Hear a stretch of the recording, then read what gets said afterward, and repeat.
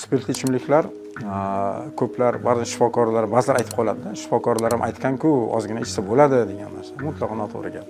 O'sha shifokorlar bekor aytibdi. Qur'oni Karimda o'sha mast qiluvchi ichimliklar harom dedimi? Demak bu harom.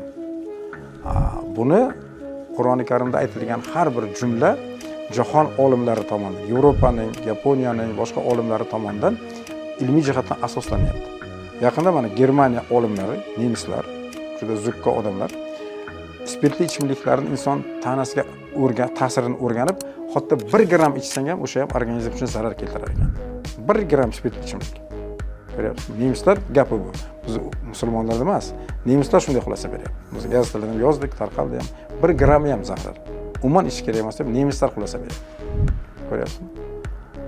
O'sha uchun Qur'ondagi aytilgan gaplarga rioya qilsagina odam sog'lom yashash mumkin.